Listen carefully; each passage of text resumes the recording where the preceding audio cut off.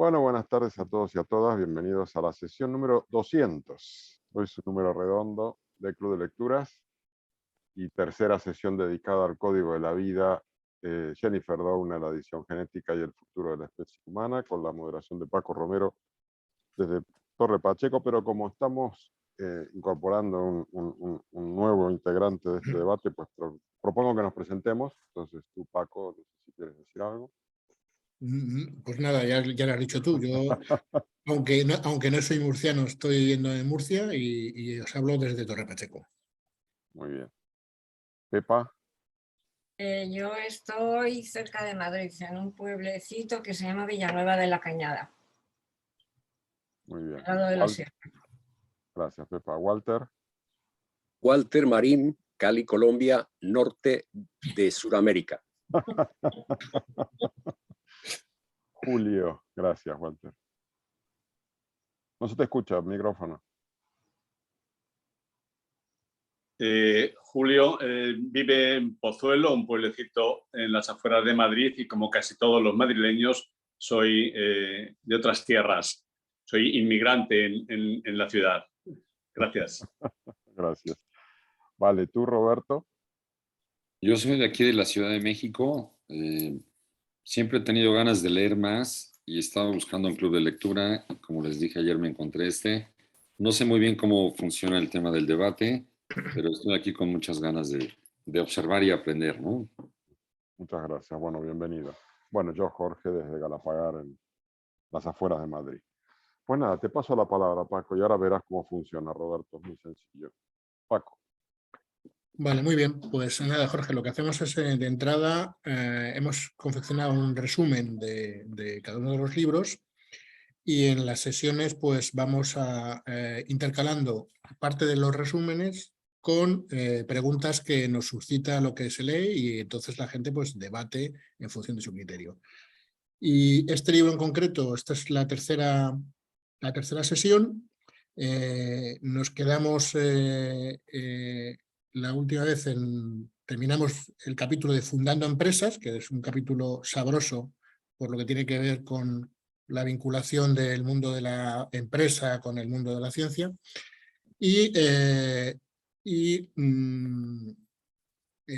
Empezamos ahora con el capítulo que se titula Mon Ami, referido a una amiga, compañera, colaboradora de Doudna, que es Charpentier, que dice: Doudna se afanó infructuosamente en mantener la relación con Charpentier, pero la francesa se mostraba fría con ella. El distinto grado de comodidad ante la exposición mediática marcaba las diferencias. La parisina consideraba a la hawaiana muy interesada en recibir elogios, y Doudna entendía que Charpentier se pretendía atribuir más méritos que los suyos en el descubrimiento.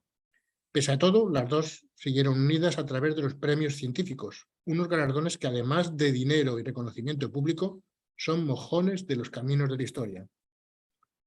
Y aquí yo introducía una pregunta. Normalmente no introducimos preguntas tan pronto, pero este capítulo nos lo dejamos a medias, ¿no? Que planteaba qué es lo que dicen los premios de las sociedades que los convocan. ¿Qué? Perdona, Paco, perdona, es que me he perdido. Estaba escribiendo en el chat. ¿Cuál es la pregunta? ¿Qué dicen los premios de las sociedades que los convocan? Que los conceden también. Ya. ¿Alguien se aventura a decir? Yo de esto no sé mucho. No, a ver, yo simplemente tengo una idea de que todo jurado en realidad se juzga a sí mismo. Como al emitir un juicio se está juzgando a sí mismo, más que el objeto de análisis. Porque en función de lo que decida, pues valoraremos mejor o peor al jurado. Pero bueno, en el mundo científico entiendo que un jurado tiene menos margen de arbitrariedad, aunque eso también habría que verlo. No lo tengo tan claro, es decir que paso a la palabra a ver si hay mejores respuestas.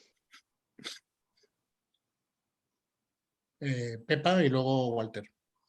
Yo tampoco tengo mucha idea, pero sí que pienso que cuando un organismo o una entidad o una sociedad o un grupo humano, una fundación convoca unos premios,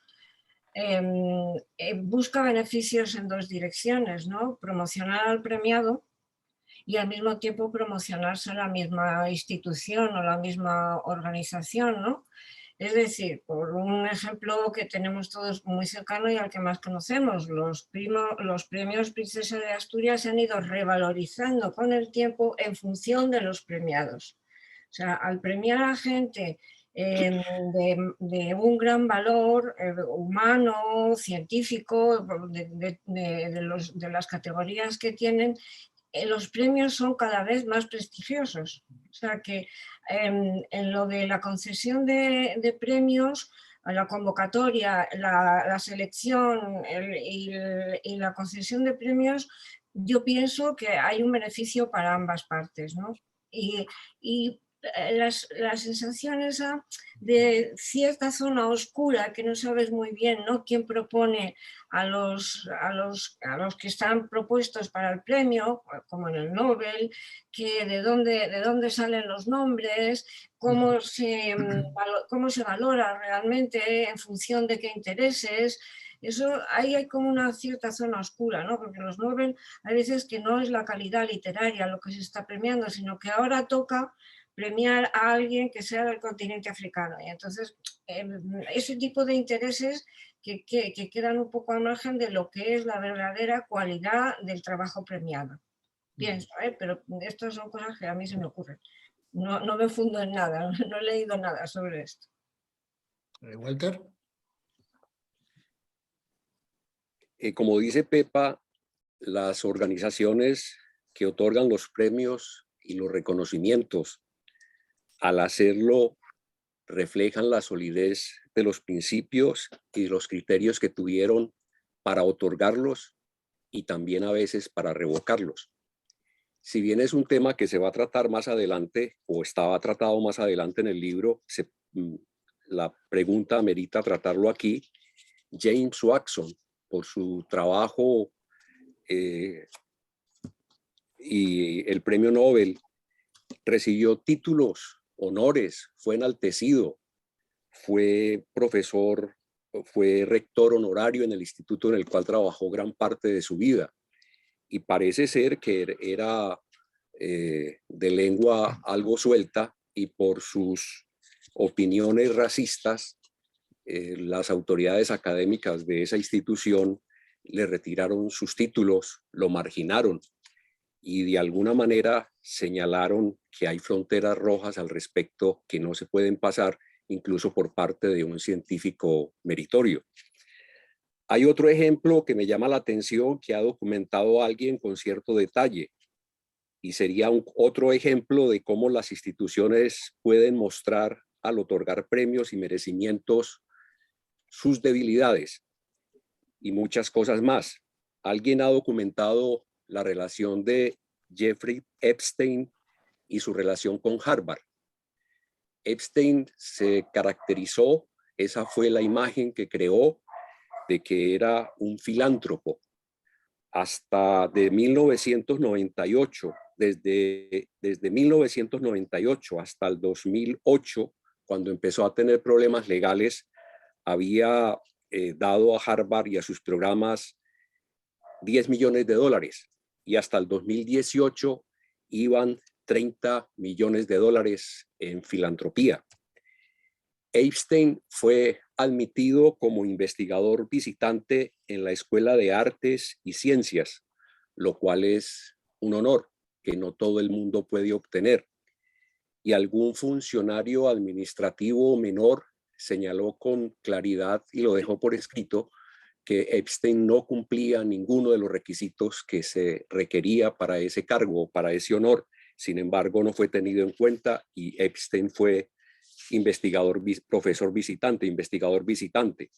Las donaciones le permitían tener una oficina en Harvard, desde la cual, a pesar de sus problemas con la justicia, se movía como un hombre de Harvard y por lo tanto desde allá organizaba cenas y reuniones con académicos, con científicos, con políticos. En el 2008, cuando tuvo problemas legales, fue defendido por un profesor de Derecho emérito de Harvard.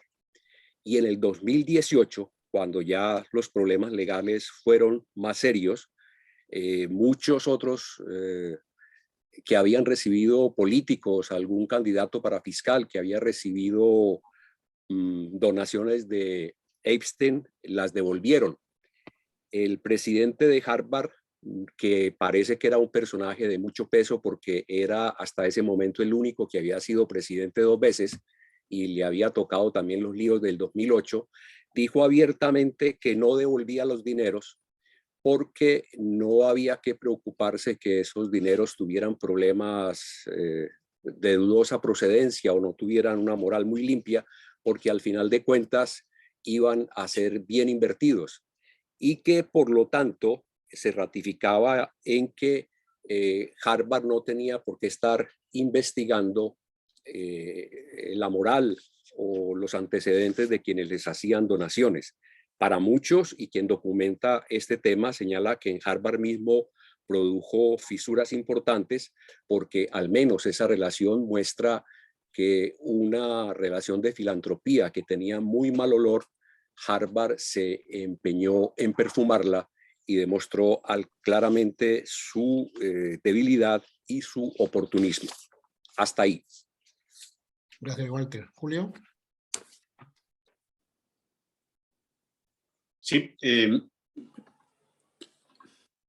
Bueno, Walter ha puesto y ha desarrollado un ejemplo fantástico que muestra pues, todas las fisuras que hay en las instituciones privadas cuando hay dinero por medio, ¿no? Y dinero en cantidades importantes como eran las donaciones de este señor, ¿no? Yo estaba pensando en cosas más próximas a nuestro país, a España, ¿no? Algunos ejemplos, Pepa citaba antes el Príncipe de Asturias, en los premios literarios, por ejemplo, el premio Nadal, pero el premio Planeta, que es tal vez el más importante dentro de los premios que dan instituciones privadas, pues detrás de los premios que se hacen y de los finalistas que hay en estos certámenes, pues, en fin, se sabe que hay pues, un acuerdo para que los resultados de estos certámenes, pues, digamos que compensen a la empresa que los gestiona y financia, pues que les compense, en fin, de una manera razonable después de la publicación. Es decir, casi todos los premios que se han dado en los últimos 20 o 25 años por parte de Planeta son escritores de reconocido prestigio y, en fin, de solvencia editorial. Y entonces, pues, se saben de antemano quiénes son los finalistas en general. Es decir, los métodos que hay detrás del proceso de selección y de candidatos, pues no está del todo claro. Citabais antes los premios Nobel, que es quizás el más importante a nivel mundial y con más prestigio, pero con mucha frecuencia ha habido nombramientos y ausencias escandalosas. Cuando se citó, cuando se dio el premio Nobel a Kissinger, al que era ministro de Exteriores norteamericano, equivalente, pues, en fin, aquello olía francamente mal. Pero no mejor olía cuando se le dio el premio a Obama, 3 meses después de llegar a la presidencia, cuando no había hecho ningún mérito, por más que nos parezca un presidente, en fin, bastante ejemplar en muchos aspectos, en realidad poco había hecho para ser merecedor del premio Nobel. En fin, detrás de estas instituciones hay intereses siempre del tipo que sea económicos o de prestigio, o, en fin, hasta ahí, como dice Walter. Gracias, Julio. Pepa, querías añadir algo, ¿verdad?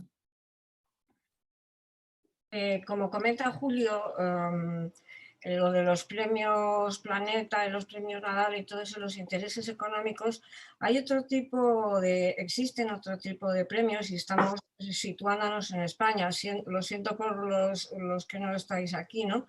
Que son los premios nacionales. Los premios nacionales que se conceden una vez al año, de ensayo, de literatura, de poesía, creo que de ciencias también, ¿no?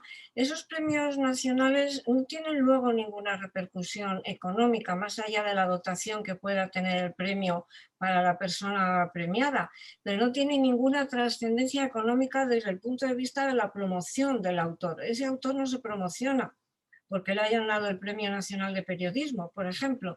Es como una medalla que te dan en el colegio, sin más, ¿no?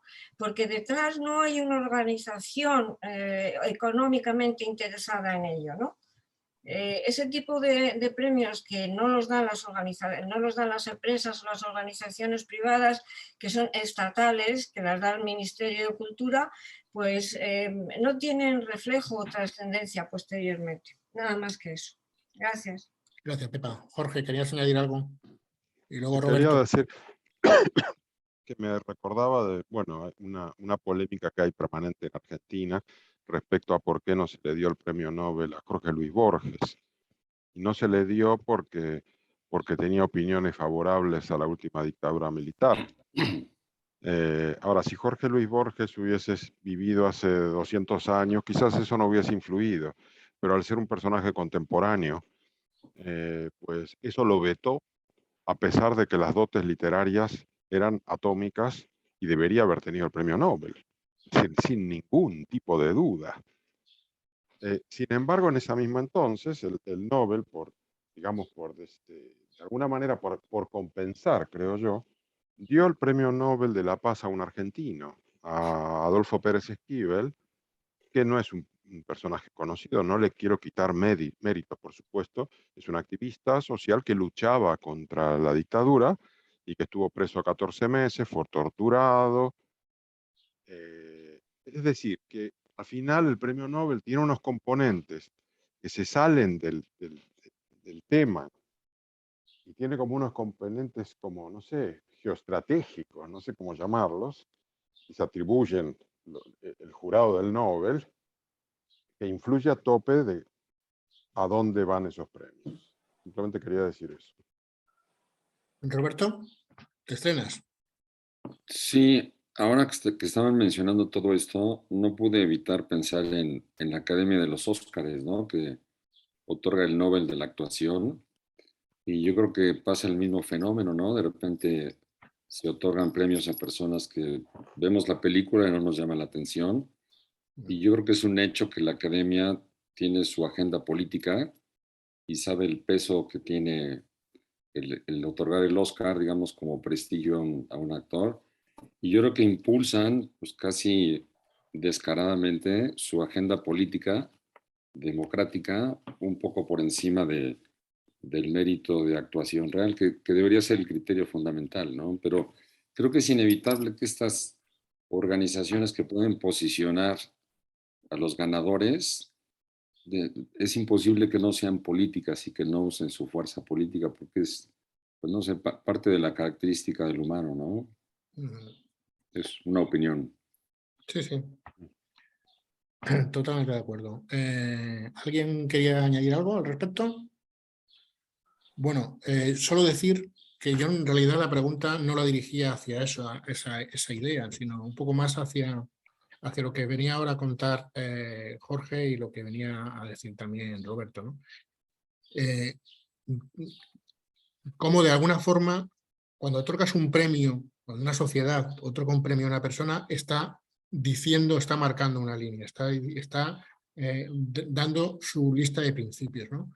Y en ese sentido es llamativo, pues el caso de Borges fue clamoroso y ha sido muy llamativo la ausencia de mujeres en los premios Nobel, ¿no? La muy poca presencia de mujeres en los premios Nobel, que se vio una tendencia que se vio truncada precisamente en 2020 con el premio a Doudna y a Charpentier. Charpentier, ¿no? Que el propio autor, Isaacson, aclara que en los últimos años no se había concedido nada más que 5 premios a mujeres de premios Nobel de Química, ¿no?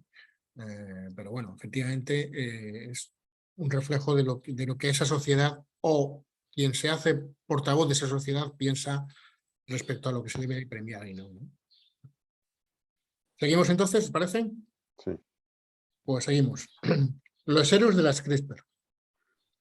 Eric Lander, tras una charla con Charpentier donde pudo detectar cierto resentimiento con Doudna por su predisposición mediática, decidió escribir un artículo para destacar a quienes habían contribuido al descubrimiento pero no gozaban de la notoriedad que les correspondía. Aunque el enfoque manifiesto era poner en valor el esfuerzo conjunto de los científicos, en realidad se sobrevaloraba la figura del protegido de Lander, Zhang, y se minusvaloraban las aportaciones de Charpentier y Doudna. El artículo fue duramente criticado por gran parte de la comunidad científica, que lo consideraba una maniobra para dar apoyo a la petición de patente de su universidad en clara lucha con Doudna y Charpentier. Y entramos, por lo tanto, con las patentes. Desde que la República de Venecia aprobara en 1474 una ley que otorgaba a los inventores de, comillas, cualquier dispositivo nuevo e ingenioso, cierro comillas, el derecho exclusivo de beneficios que a partir de él se generasen durante 10 años, los seres humanos han venido peleándose por las patentes. En el caso de Estados Unidos, la propia Constitución consagra este privilegio en su artículo 1, lo cual es también una declaración de intenciones. Alucinante. Y solo 7 años después, perdón, en el campo de la biotecnología, para escándalo de muchos, se otorgó el privilegio de patentar procesos biológicos en 1973. Y solo 7 años después, el Tribunal Supremo de Estados Unidos se pronunció a favor de un ingeniero genético que recurrió la negativa de la institución correspondiente para patentar la cepa de una bacteria artificial capaz de comer petróleo. Ese mismo año, en 1980, el Congreso de Estados Unidos aprobaba una ley que facilitaba a las universidades beneficiarse de patentes aunque fueran fruto de investigaciones financiadas con fondos públicos. Algunos científicos se mostraron muy contrarios a que las universidades se convirtiesen en instrumentos para la caza de los beneficios de propiedades intelectuales. Perdón. En Estados Unidos, las patentes se asignan a la universidad para la que trabajan los descubridores, mientras que en Suecia, por ejemplo, la patente es directamente del inventor.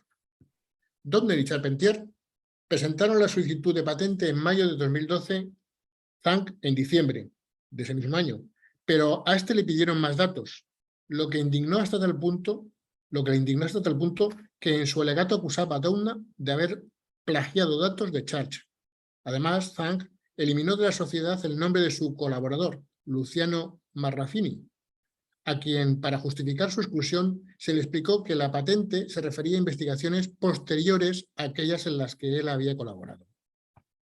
La Oficina de Patentes concedió la patente a Zhang el 15 de abril, adelantándose en los trámites a la de Doudna, que estaba todavía en revisión pese a haberse presentado antes. Doudna solicitó una audiencia de intromisión, que es la denominación de una especie de recurso que se presenta cuando se entiende que se están patentando cosas similares a las ya existentes o que están en trámite. Los abogados de Zhang aseguraron que no se trataba de descubrimientos similares, pues Doudna solo había trabajado con bacterias, por lo que sostenían que el científico de origen chino había dado un paso más. El jurado les dio la razón y el Tribunal de Apelación ratificó la resolución en septiembre de 2018. Al año siguiente, el nuevo equipo de abogados de Doudna y Charpentier defienden que, puesto que las resoluciones anteriores sostenían que no eran inventos similares a los suyos y los de Zhang, las dos científicas tenían derecho a su propia patente. Y se le concedió. En junio de 2019 se libra una nueva batalla legal por ver cuál de las dos patentes tiene prioridad por haber hecho el descubrimiento antes. En Europa resultó determinante para ello la disputa de Zhang con Marrafini. El Tribunal Europeo dictaminó que Zhang no podía invocar como fecha de su descubrimiento un momento anterior puesto que había asegurado que la patente se refería a investigaciones posteriores a aquellas en las que colaboró el argentino. La patente de Zhang quedó derogada y se le otorgó la prioridad a la de Doudna y Charpentier, que también han conseguido titulares de patentes en Gran Bretaña, China, Japón, Australia, Nueva Zelanda y México. Planteo dos preguntas a vuestra consideración. ¿Consideras aberrante la autorización de patentes de un ser vivo? Y después, ¿crees como Michel Einstein, colega de Doudna, que el gobierno debía convertir en bienes de dominio público los proyectos financiados por los contribuyentes? ¿O coincides con el autor, con A. Saxon, en que las investigaciones que transfieren ciencia fundamental en medicamentos, por ejemplo, requieren tal gasto que solo se alentará su financiación con incentivos comerciales que permitan recuperar estas inversiones? Pepa, disparas. A ver, disparo. A mí me he leído el resumen tuyo esta mañana y toda esta historia de los patentes me ha parecido el guión de una serie de Netflix. Es que es increíble, ¿no? Entonces, yo creo que la disyunción está en si la patente le corresponde al ser humano que ha hecho el descubrimiento científico o la entidad para la que trabaja el ser humano. Y ahí habría que estar a la legislación de cada uno de los países, ¿no? Pero como detrás de todo está funcionando la financiación que reciben las universidades, porque si el investigador está trabajando, por ejemplo, para la Universidad Autónoma de Barcelona, que es una universidad estatal, la patente sería de la universidad, no de su trabajo, porque él trabaja para la universidad. O, por ejemplo, si un proyecto para elaborar una exposición sobre un pintor lo realiza un restaurador del Museo Reina Sofía, y luego no se pone en marcha ese proyecto, y cuando ya se ha ido, se quiere poner en marcha, ¿se puede o no se puede? ¿De quién es el proyecto? ¿Del funcionario que lo hizo o de la entidad que ha contratado al funcionario? Entonces, a eso habría que verlo en las legislaciones de los distintos países. Desde luego, yo pienso que lo que está financiado con dinero público tiene que ser de todos, ¿eh? Ahí estamos. Pero luego hay otra cuestión que es también, que es yo creo la más importante de todas, para que todo este tipo de avances en biología y en ciencia tengan una plasmación práctica, intervienen las farmacéuticas, y las farmacéuticas invierten muchísimo dinero. Las farmacéuticas invierten muchísimo dinero durante años, a lo mejor les lleva 10 años elaborar un medicamento.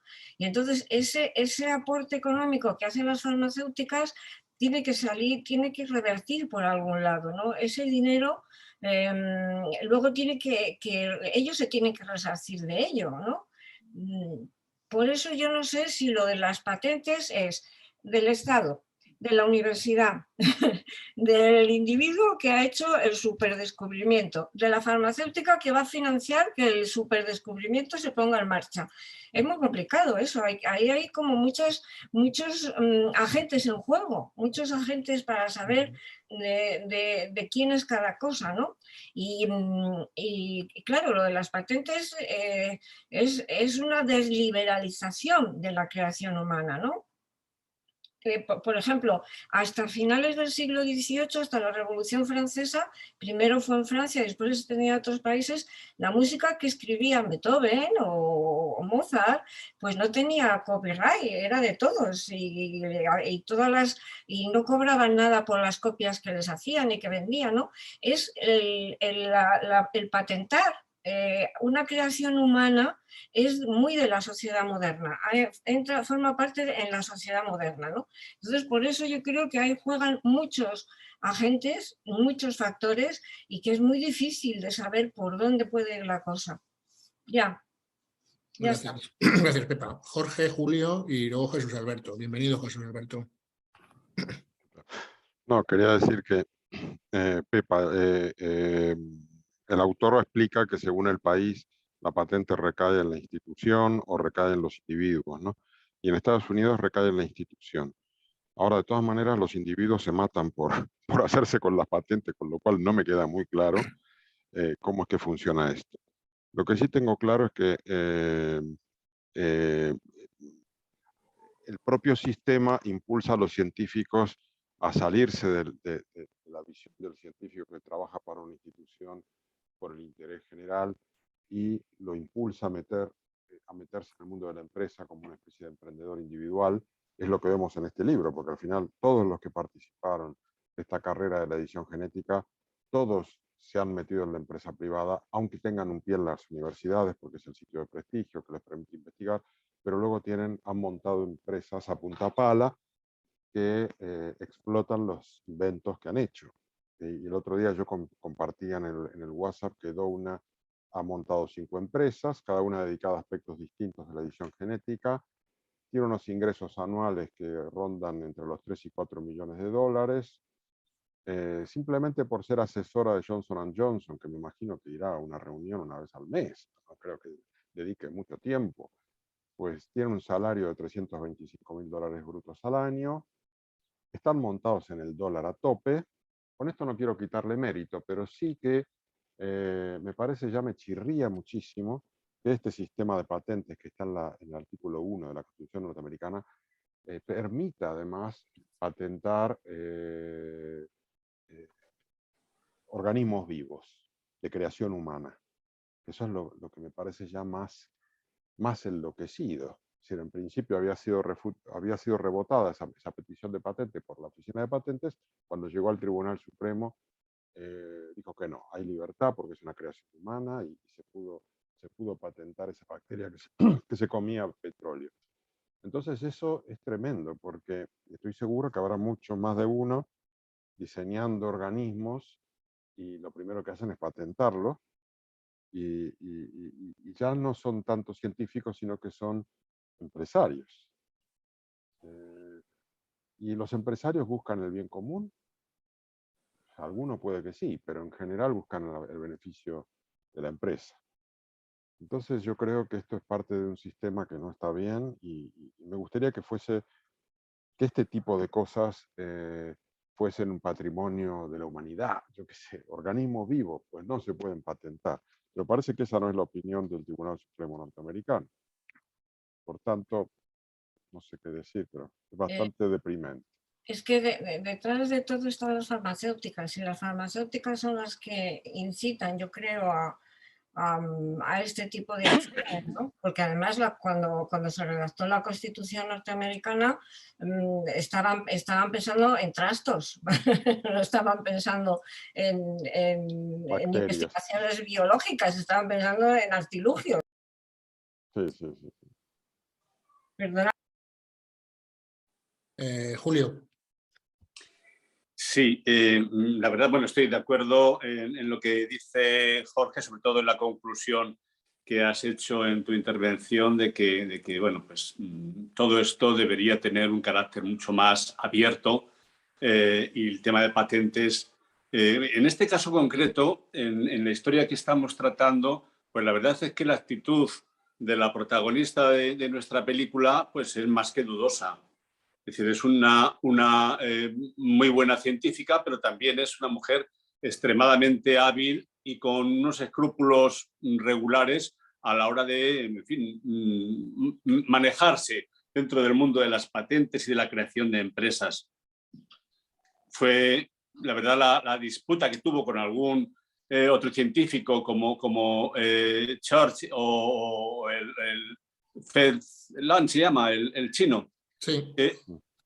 Pues, en fin, es más gris que blanca, ¿no?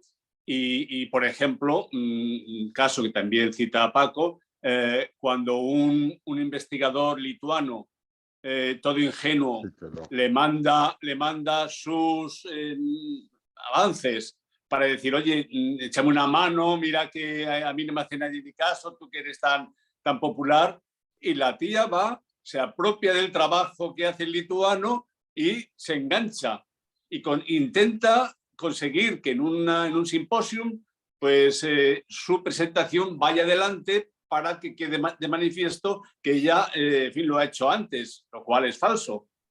en fin, muchas triquiñuelas de gente que está pensando en los bichitos de laboratorio, pero también está pensando en cómo actuar, ¿no? Yo creo que este tipo de trabajos sobrepasa los méritos de una sola persona, aunque sea muy sabia. Es decir, los científicos que en los años 80, en el 85, cuando se empezó a conocer un poco toda esta historia de los CRISPR, y ya en los años 90, un poco más, pero ya sobre todo en el siglo XXI, son herederos de unos conocimientos anteriores de mucha gente, de cientos de personas. De Watson, por ejemplo, y Crick en el tema del ADN, pero de muchos otros laboratorios, instituciones que a nivel mundial han estado trabajando y de los que los investigadores que llevan el premio en el 2012 son herederos. En el 2012, no, perdón, en el 2020 le dieron el premio Nobel a estas dos mujeres.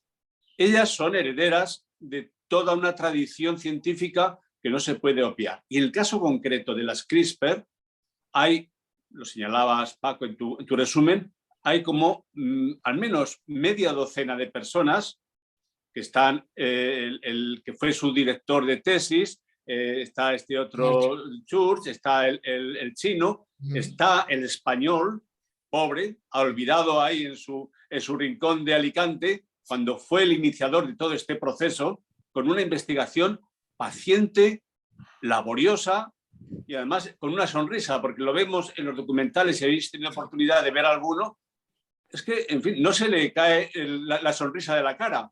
Es un hombre, yo creo que excelente, una muy buena persona y que no hace un solo gesto de añorar un premio Nobel que tal vez hubiera sido merecido también para él. A mí me recuerda un poco, por salirnos un poco de la historia, pero que también es interesante, sobre la historia de las patentes, la que se le dio a Marconi hace ya tiempo, a principios del siglo XX, por la invención de las ondas de radio.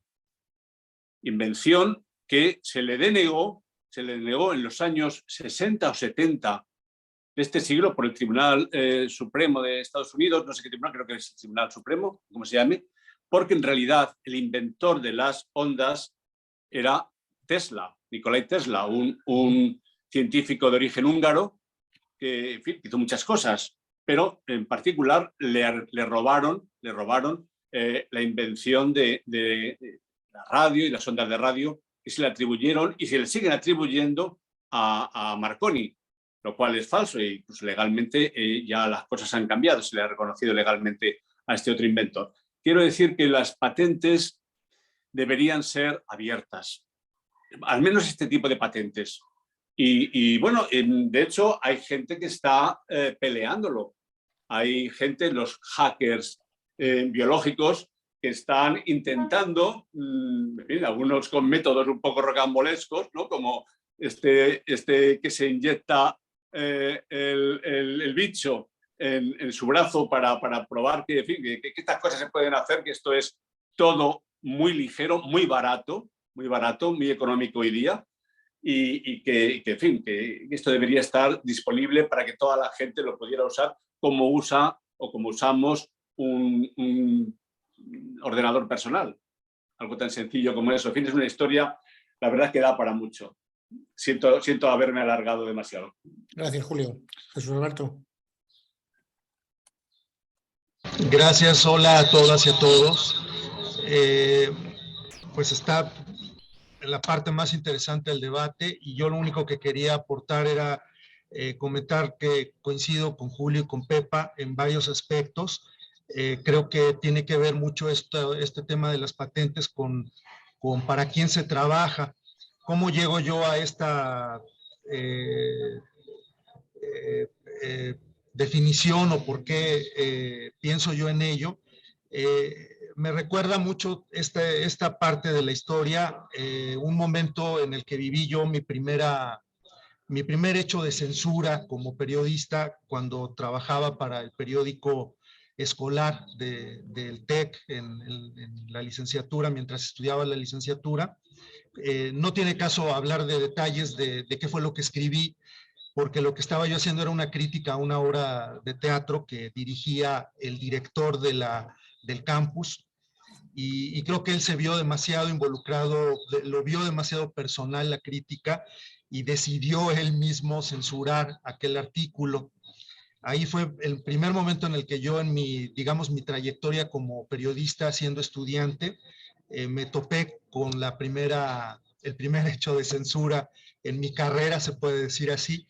Lo que él hizo fue simplemente dar la orden de que retiraran el artículo, y el editor, en apoyo a mi libertad de expresión, lo único que hizo fue enmarcar el nuevo artículo con el que lo sustituyó con un recuadro negro, señalando que ahí había otra cosa antes, en la primera edición del semanario. Después de esto, el director se acercó conmigo, estando yo en un día caminando por ahí, por los pasillos del campus, y me preguntó acerca de mi artículo, me enfrentó, me confrontó y me dijo: Jesús, ¿tú para quién trabajas? Yo le dije, pues es que yo escribo para la sociedad, no solamente para el campus, que me da una beca para poder expresar algunas ideas que puedan ser útiles para todos, pero esencialmente yo me refiero al ser universal cada vez que me siento a escribir un texto, ¿no? Y yo creo que mucho de esto tiene que ver que, independientemente de los esquemas que pueda haber para la producción de conocimiento en un esquema capitalista, en un esquema un poco más estatista o en un esquema mucho más socialista, que puede haber muchas diferencias, y lo comentábamos en el debate anterior, y cuando yo señalaba a Doudna como un ser muy individualista.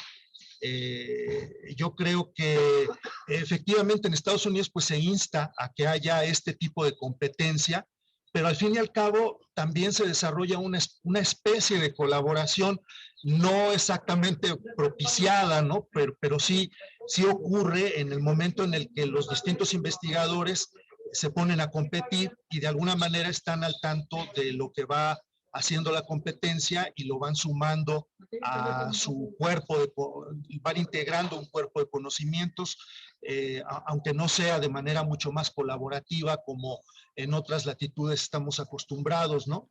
Yo creo que tratándose de patentes de un ser humano, de lo que viene a ser el DNA de una persona, me parecería, Pepa me podrá corregir si me equivoco, pero creo que aquí tendría que ocurrir mucho más como en el caso del derecho que protege al ser humano, los derechos de los seres humanos, ¿no? ¿Quién puede, digamos, ser el primer beneficiario de mi propio ADN? Pues soy yo mismo, Jesús Alberto Hernández, ¿no? En un momento dado, si fuese yo menor de edad, pues a lo mejor quien tendría que tutelar mis derechos serían mis padres o alguien que nombren como un tutor, mi familia en un momento dado, pero esencialmente tiene que ser el individuo, ¿no? Y yo creo que esto es bien interesante, este debate, porque además habría que pensar si los animales, por ejemplo, tienen derechos o no. Desde mi punto de vista, yo lo decía en otro debate, yo creo que sí, bajo la tutela del ser humano, ¿no? Y entonces así tendría que extenderse, porque de pronto puede pasar, como ya está sucediendo, por ejemplo, en las razas de perros, que de pronto se hacen pues supuestas mejoras a determinadas razas que yo más bien veo que son empeoras, ¿no? En algunos casos de algunos canes que sufren de cierto tipo de padecimientos porque la columna vertebral ya está modificada para hacerlos menos agresivos, porque el cráneo también tiene determinadas modificaciones, por ejemplo en los bulldogs, y estos perros, dicen los veterinarios, que tienen fuertes dolores de cabeza debido a las modificaciones óseas que ahora presentan algunas de estas especies, ¿no? Entonces, yo creo que sí es un tema para debatir tremendo, ¿no?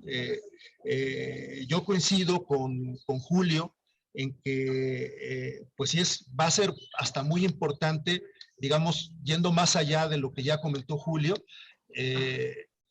avanzar hacia una alfabetización de cómo utilizar estas herramientas para el propio beneficio del ser humano, es decir, en qué medida toda esta información efectivamente va a estar disponible para que el provecho no pueda sacarlo solamente una corporación, sino en general el género humano, ¿no? Entonces, pues es un debate súper interesante y la pregunta me parece bien pertinente, Paco, es lo que yo podría aportar, digamos, al respecto. Pepa, por alusiones. Por alusiones. No, que vamos a ver que el sistema de patentes nace con la revolución industrial. El sistema de patentes es una forma de garantizar los derechos derivados de un invento técnico, más o menos, ¿no? O que tienen unas utilidades de aplicación. Eso siempre ha sido así y ha estado vinculado a la persona que ha presentado la patente y al nombre de la persona que se haya hecho esa patente, ¿no? Pero volvemos a lo de antes, cuando hablábamos que los redactores de la Constitución de Estados Unidos no podían estar pensando en una enzima o en una bacteria, ¿no? Cuando concedieron el derecho a patentar todo aquello que se te ocurría, ¿no? Porque el mundo ha cambiado mucho.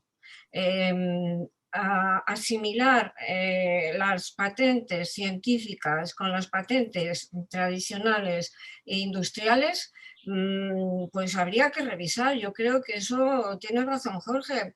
Hay descubrimientos científicos que son de todos, que no pueden ser, del único que pueden ser es del señor Menganito que se lo ha descubierto en el laboratorio. Ostras, que esto lo he descubierto yo solito, ¿no? Entonces, únicamente pueden ser de él.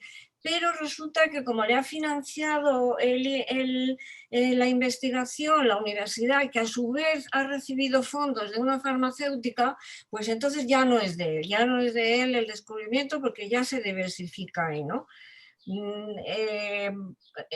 La vinculación de un descubrimiento con la persona que lo descubre tenía que ser una prioridad y una defensa, ¿no?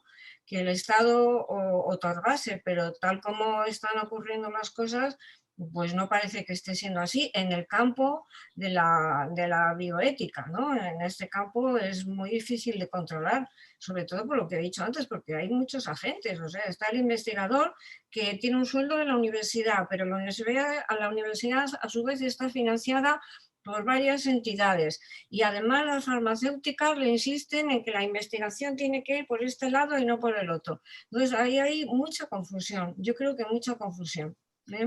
Nada más. Gracias, Pepa. En realidad esto es un tema, Perdona, Jorge, querías intervenir.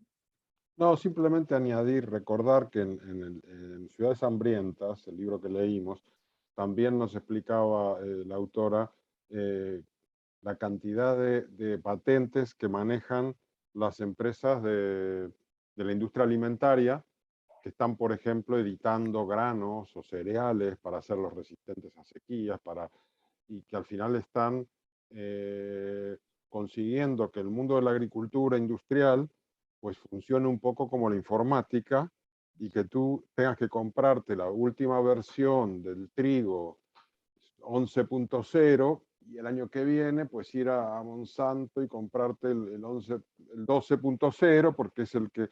Y si no pones el nuevo, pues ya el otro ya no funciona, porque lo hacen con una especie de programación para que deje de ser replicable, es decir, que tú no puedes replantarlo, es decir, editan los granos para que se puedan usar un par de temporadas, luego ya no vale más, tienes que comprarles el siguiente, y todo eso son patentes y son fines de lucro, y todo eso es edición genética. Simplemente quería recordar eso, porque es muy, muy impresionante. Esto está metido en todos los órdenes.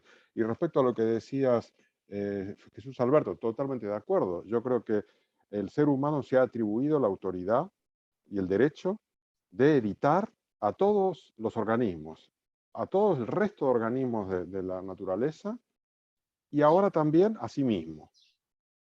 Y todas esas ediciones son motivo de patente.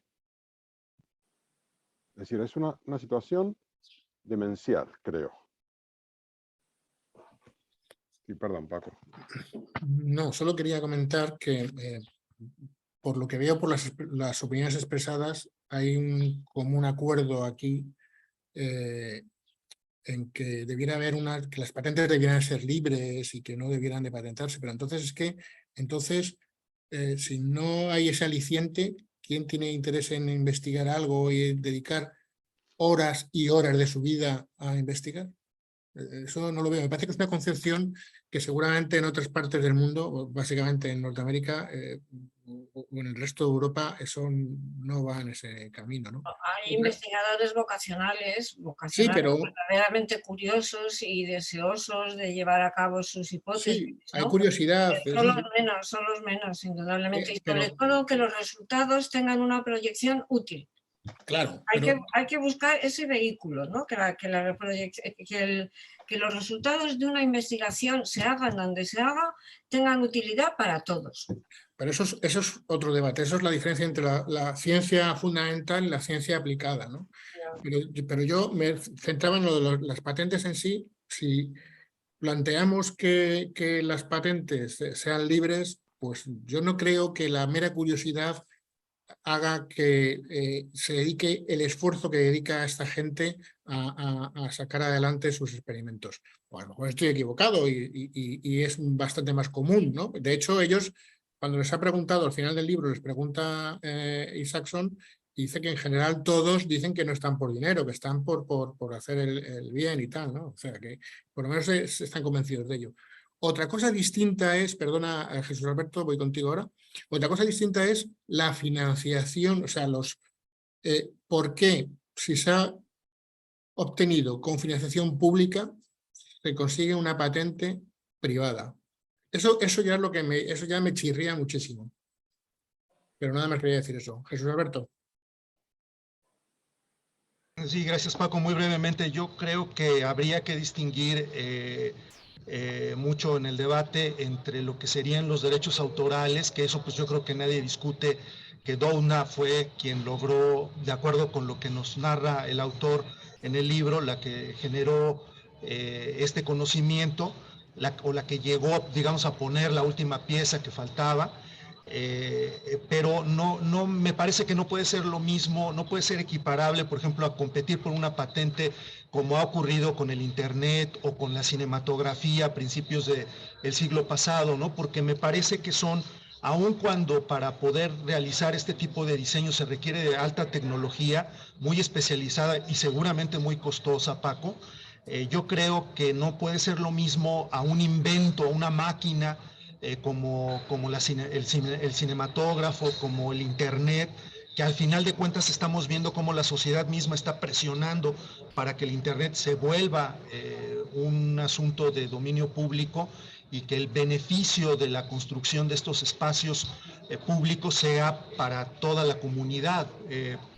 Yo creo que habría que distinguirlo, ¿no? Y a mí me parece que la curiosidad estaría allí si está enfocada al beneficio de la humanidad, a que las consecuencias de estos descubrimientos sean para una mejora. Yo bromeaba utilizando la palabra empeora, pero es que sabemos, por ejemplo, quienes analizamos el tema de los medios de comunicación, cómo muchas veces estas tecnologías se han utilizado para todo lo contrario, de buscar un beneficio social o inclusive personal, ¿no? Entonces yo creo que habría que distinguir mucho entre autoría, patentes, el para qué, el por qué de la investigación, y en ese sentido, pues encontrar que si hay un beneficio, pues ya es un asunto que le compete también al sector público, bueno, sobre todo yo decía por principio de cuentas al sector público, y involucrar al sector privado, pero únicamente como un colaborador. No puede ser el sector privado,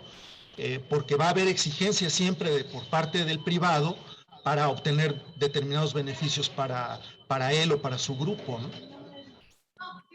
Gracias, Roberto. Pepa. Para no alargarme mucho, os voy a contar un ejemplo. Unos laboratorios norteamericanos se pusieron a investigar para eliminar el virus del SIDA. Y emplearon muchísimo tiempo, muchísimo dinero, muchísimos condicionantes, muchísimo. Y llegaron a la conclusión de que el virus del SIDA es imposible erradicarlo de un organismo humano porque hace reservorios, es decir, tú matas al virus, le eliminas, pero como el organismo que lo tiene dentro ha hecho reservorios, en cualquier momento puede reaparecer. Pero dentro de esa línea de investigación encontraron la forma de eliminar el virus de la hepatitis C, que no hace reservorios, y dirigieron toda la investigación hacia ese camino, que resultó exitosa y que consiguieron un medicamento que elimina realmente el virus de la hepatitis C en las personas que están contagiadas. Pero cuando sale al mercado los precios son tan elevados que las administraciones no lo pueden aplicar porque la farmacéutica ha invertido mucho dinero, quiere, primero pensando en el SIDA, ahora después con la hepatitis, quiere recuperar el dinero que ha invertido, pero el valor de ese medicamento es tan alto que no se puede aplicar en muchos sitios. O sea, eso es un ejemplo de cómo las farmacéuticas investigan y condicionan y buscan la forma de controlar el mercado. Solo eso. Muy bien. Añado otra cosita más solamente por si puede enriquecer en algo el debate. Y es que yo creo que hay que diferenciar las patentes de lo que es la creación de empresas. Son cosas distintas, ¿no? En el libro está atravesado de iniciativas de generación de empresas para explotar esas patentes, ¿no? Uno de los creadores de una de esas empresas explica al final del libro de Doudna que en realidad ellos en parte piensan en generar una empresa porque si no, lo que puede ocurrir, porque ha ocurrido otras veces, es que empresas grandes ya instaladas, ya que tienen cierto dominio, compran esa patente en forma defensiva para no desarrollarla y para que no se desarrolle ese invento. Y eso, claro, es tremendamente frustrante para el investigador que ha hecho el descubrimiento. Lo que no sé es hasta qué punto será sincera esa opinión, pero sí que parece posible que ocurran estas cosas. ¿Alguien más quiere añadir algo o seguimos? Continúo pues con las terapias. Entramos ya en la cuarta parte del libro, que son las CRISPR en acción. En julio de 2019, una mujer se convierte en la primera paciente estadounidense a la que se le trata con éxito de anemia falciforme con edición genética, reintroduciéndole células madre editadas con CRISPR. El experimento resulta un éxito, pero es tan caro, como lo que en línea de lo que dices tú, Pepa, es tan caro que llevaría a la bancarrota a la sanidad pública. El Senado encomienda a Doudna un tratamiento asequible que avance hacia la justicia sanitaria. También se han conseguido progresos relevantes en el uso del CRISPR para tratamiento de algunos cánceres y de un tipo de ceguera, y se está trabajando actualmente para la aplicación del CRISPR para tratar Alzheimer y para hacernos menos vulnerables a las pandemias, como luego se desarrolla en otra parte del libro. El biohackeo. Josiah Feiner presentó en 2017 un kit de ingeniería genética de ranas. Feiner forma parte de ese grupo de biohackers que quieren democratizar la biología mediante la ciencia ciudadana. Pretende una biofrontera libre de derechos de autor, en línea con lo que defendíais la mayoría de vosotros, similar a los hackers digitales, en la línea de código abierto de Linux, en informática o en la colaboración ciudadana en Wikipedia. Denostado por los científicos oficiales, las iniciativas de Feiner exploran una línea de progreso que se podría acelerar con el CRISPR y con el coronavirus. La DARPA y los anti-CRISPR.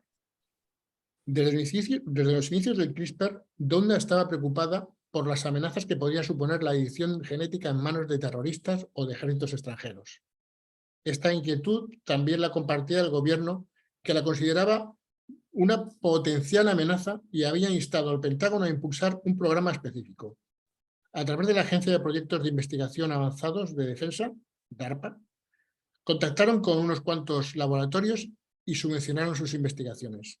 Ya a finales de 2012, un joven doctorado de Toronto, Joe Denomy, había descubierto que algunos virus eran capaces de sabotear los sistemas CRISPR de bacterias, y el Pentágono trabajó en esta línea. Los anti-CRISPR, una especie de contramedida en la carrera armamentística entre bacterias y virus.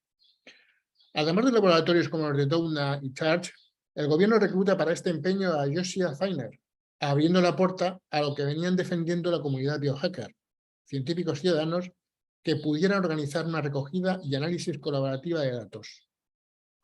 Lo que me lleva a la siguiente pregunta. ¿Son los biohackers un peligro o una oportunidad para democratizar la edición genética? Jorge. Es un peligro total. Yo he estado mirando en YouTube los vídeos de este Josiah Feiner y además de parecerme totalmente pirado, me parece una irresponsabilidad absoluta de que él venda kits para hacer tu propia autoedición de tu ADN y para hacer experimentos contigo mismo, que es lo que él vende. Hay un kit completo que vale $1.800 o algo así. Sí. Quizás podríamos hacer un crowdfunding para tener uno en el club de lectura. Conseguir mejorar nuestro hábito lector. No sé, me parece absolutamente delirante. No me aplicaría absolutamente nada de lo que él me mandase en su kit. Sería lo último que haría. Prefiero morir de lo que sea antes de darme una inyección de algo preparado por él. Sinceramente me parece una locura.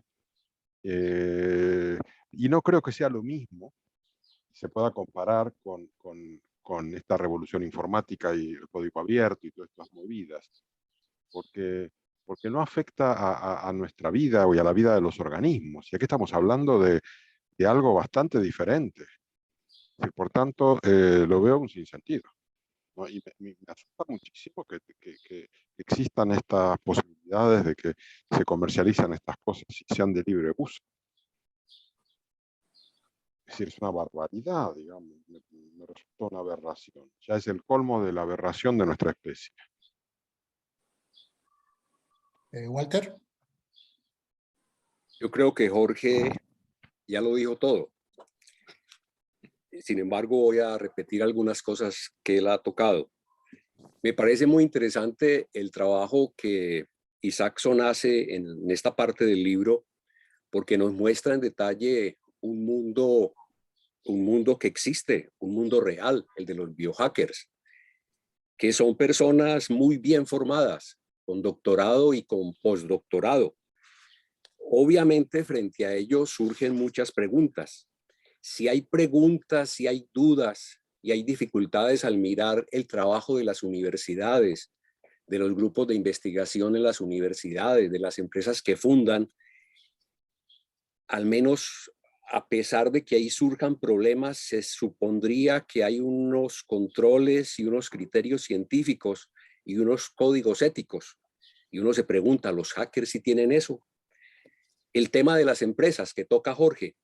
Si las otras empresas viven en función del negocio, pero las patentes con todos los problemas que tengan son sujetos de derecho y pueden ser demandados los efectos que se produzcan, los hackers también trabajan solo por el negocio. Jorge planteó muy bien la pregunta que pensaba que valía la pena hacernos en voz alta si algunos de los participantes hoy en este debate aceptarían de buena gana aplicarse la vacuna que el biohacker amablemente les mandara. Y como comentario adicional, los hackers informáticos, la idea que tenemos frente a ellos es que si bien han desarrollado el tema, también tenemos una idea negativa porque su operación es capaz de dejar por fuera los sistemas eléctricos de un país, los sistemas bancarios, paralizar una empresa completa y pedir rescate. Y la economía subterránea, que es muy fuerte y que se mueve, una porción importante la mueven los hackers digitales que invaden empresas y piden personas y empresas y piden rescate por ello. Hay un comentario adicional que me parece que es interesante. hay un autor, Martín Rees, que es un astrónomo británico cercano a los 80 años, cuyos temas de investigación son la formación de galaxias y los agujeros negros. Es también cofundador del Centro para el Estudio del Riesgo Existencial. Esa palabra puede parecer como muy dramática, pero él insiste en que el Homo sapiens, a pesar de todos sus avances y su grupo de trabajo, de todos sus avances y de lo seguro que se siente, no tiene nada seguro, y que por el contrario es una especie muy frágil y existen varias amenazas reales que podrían llevarlo fácilmente a la extinción. A pesar de que reflexiona, a pesar de que es un astrónomo, parece que muy reputado en el Reino Unido, también reflexiona sobre los temas de nuestro tiempo. Y en el 2018, antes de la pandemia, escribió un libro que se llama En el futuro, Perspectivas para la humanidad, en el que reflexiona sobre las amenazas y sobre las posibilidades muy amplias que abren las 3 revoluciones digitales que nos ha tocado vivir: la revolución digital, la revolución en el código genético y la inteligencia artificial. Y obviamente en el libro va señalando los 2 temas. En el libro cuenta, y fue publicado en el 2018, que con los métodos de cálculo que tienen en ese instituto o en ese centro de investigación, lo publicó en el 2003 y lo dijo en sus conferencias.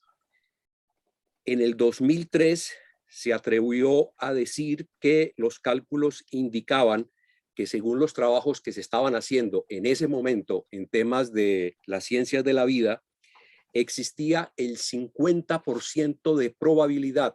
Otros investigadores afirmaban que podía ser hasta el 70%. Pero bueno, este decía que existía el 50% de probabilidad que para el 2020 se produjera una pandemia por un bioerror o por bioterrorismo. Bioerror sería una falla en el proceso de investigación o una falla involuntaria en los investigadores que operan con estos organismos capaces de infectar, o el bioterrorismo definitivamente es una decisión voluntaria.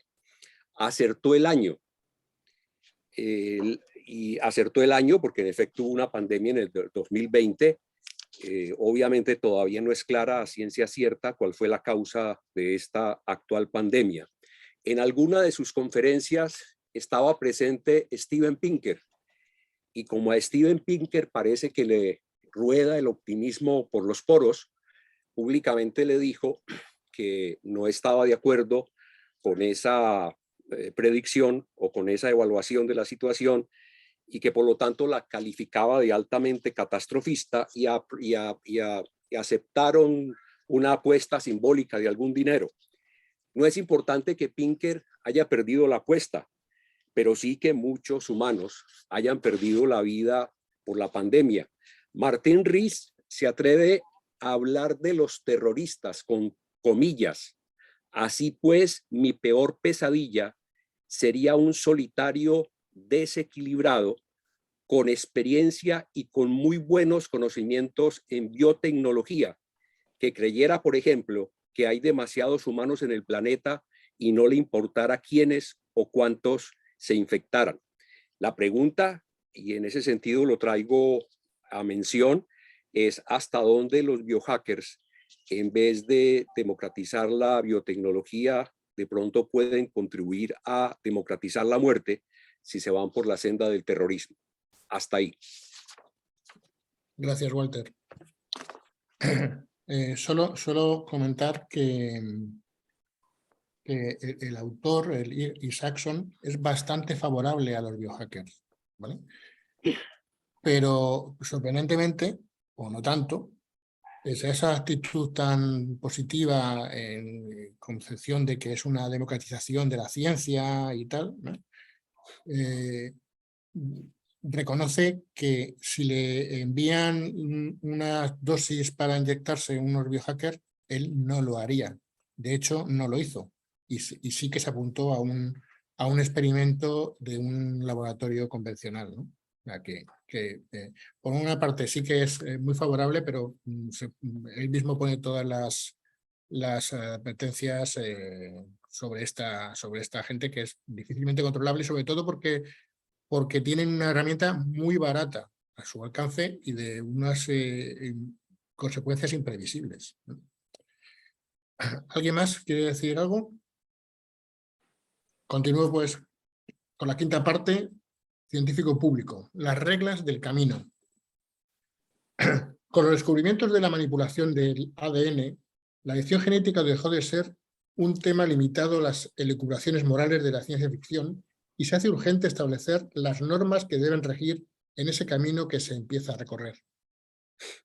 En 1974, Joseph Fletcher, profesor de ética médica y antiguo sacerdote episcopal, plantea que sería irresponsable dejar la reproducción humana a la ruleta sexual, a lo que él llama la ruleta sexual, y considera inmoral renunciar al control médico de las mutaciones.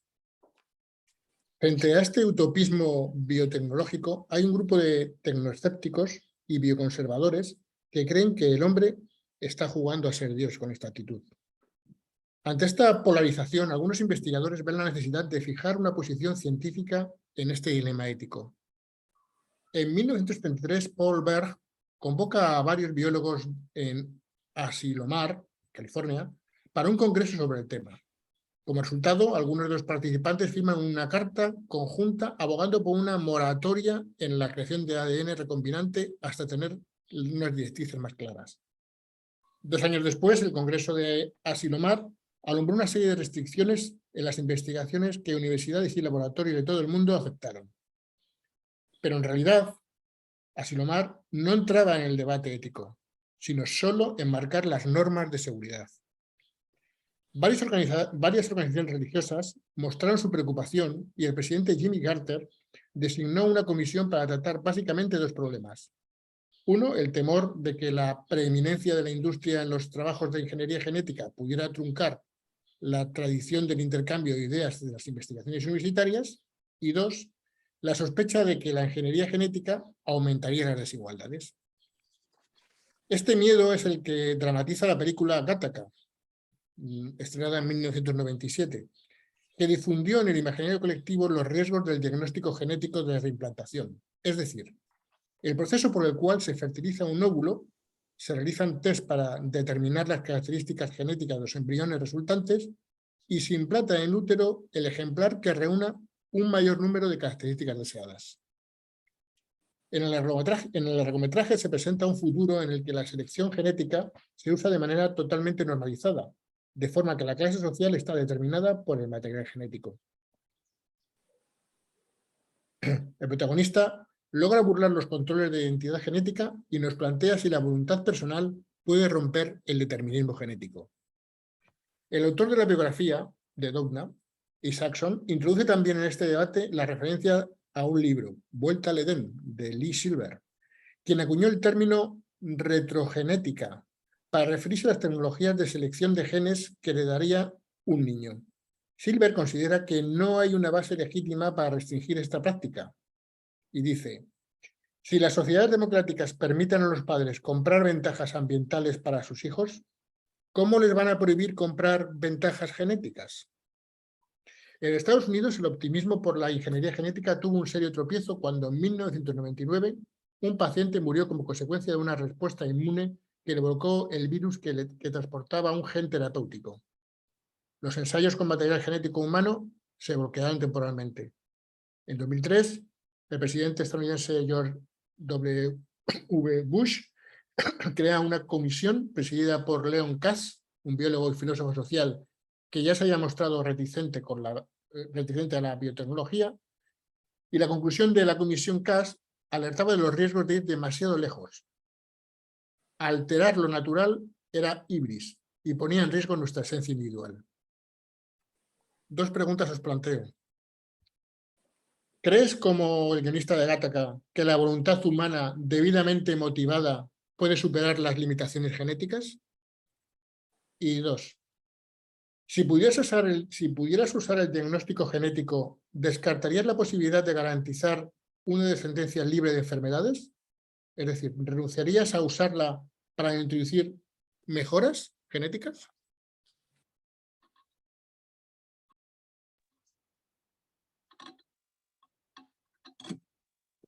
Jorge, Julio y Jesús.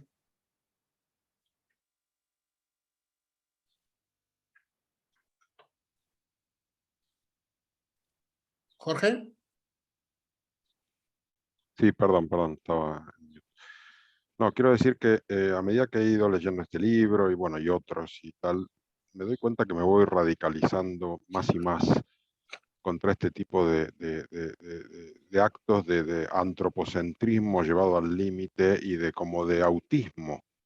Somos una especie enloquecida, estamos pensando exclusivamente en nuestros asuntos, no nos importa nada que estemos cargándonos el planeta, que estemos provocando ya un cambio climático irreversible, estamos modificando el resto de especies, nosotros mismos, y lo único que nos interesa es resolver nuestras enfermedades, prolongar nuestra vida, mejorar nuestras habilidades. ¿Qué sentido tiene todo eso? Sinceramente, creo que ninguno. No tenemos claro para qué cuerno estamos aquí y por tanto yo sería muy restrictivo con estas posibilidades de modificación genética. Sencillamente no las permitiría. Aunque no sé si es que me estoy enloqueciendo, me gustaría escuchar otras opiniones, pero realmente me parece terrible. Y a lo largo del libro también me parece terrible ver cómo, al fin y al cabo, la posición de estos científicos, del mismo Isaacson, es la de como defender una posición, entre comillas, políticamente correcta, pero no violar en ningún caso la libertad individual, la libertad de intervención y, por tanto, la libertad de hacer ediciones genéticas de todo tipo, incluso las de tipo germinal, es decir, aquellas que se heredan, ¿no?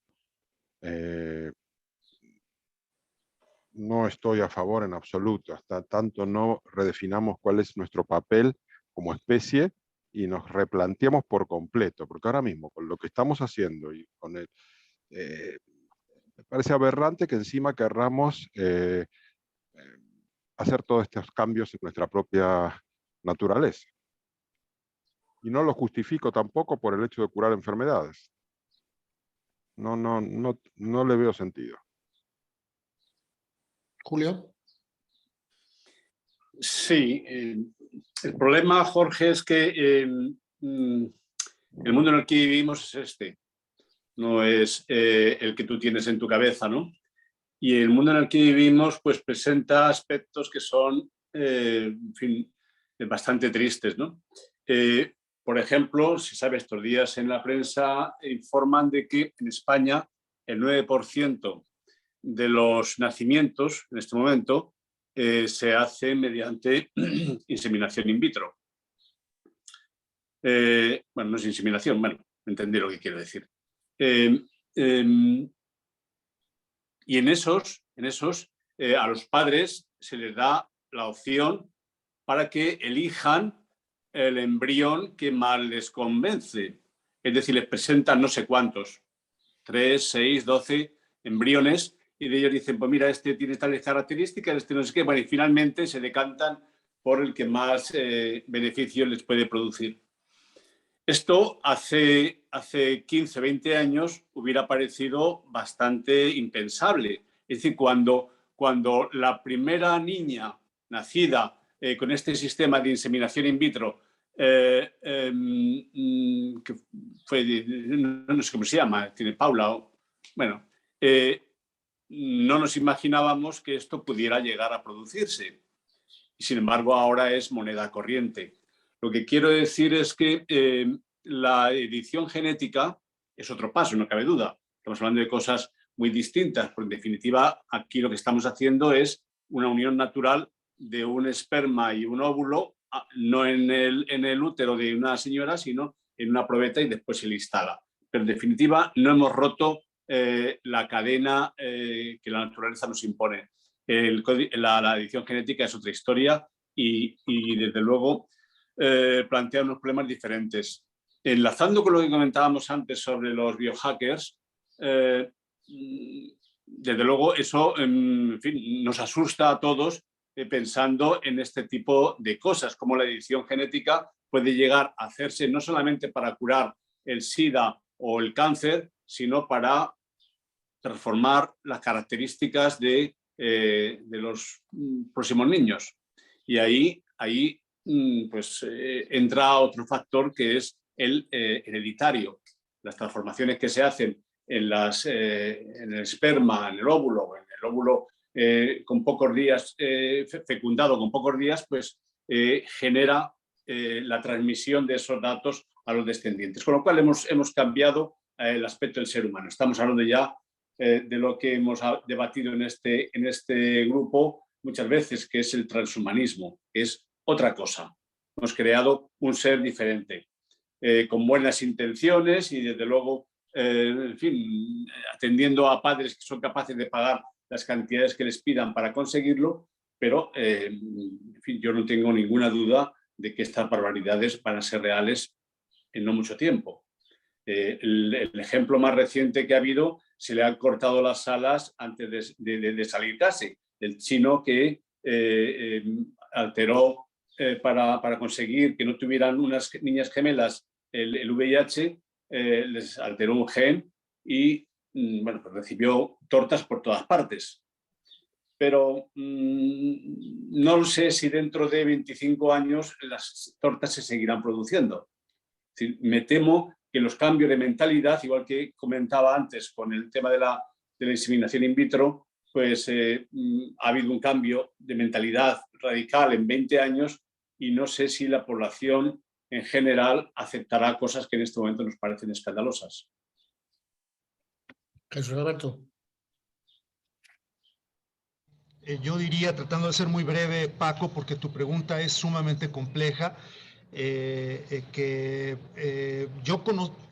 o tus preguntas, porque son dos preguntas, yo creo que yo intentaría en lo personal conocer mi composición genética, no sé cuál sea el nombre técnico que deba ser el apropiado en este caso, pero únicamente conocerla yo para pues pasársela a mi médico o a mis médicos y que en colaboración con ellos pudiese yo analizar aquellos aspectos de mi vida orgánica en los que puedo tener determinados retos que pueden hacer que yo alcance una mejor calidad de vida. Es decir, bueno, si tengo una propensión a desarrollar tal o cual enfermedad en determinado número de años, pues procurar a través del consejo y de la didáctica que podría generarse con mis médicos, poder encontrar esos elementos en mi vida privada para poder hacer ejercicio lo suficiente, comer los alimentos necesarios para poder desarrollar mejor mis capacidades y minimizar aquellas zonas en donde podría haber un riesgo, ¿no?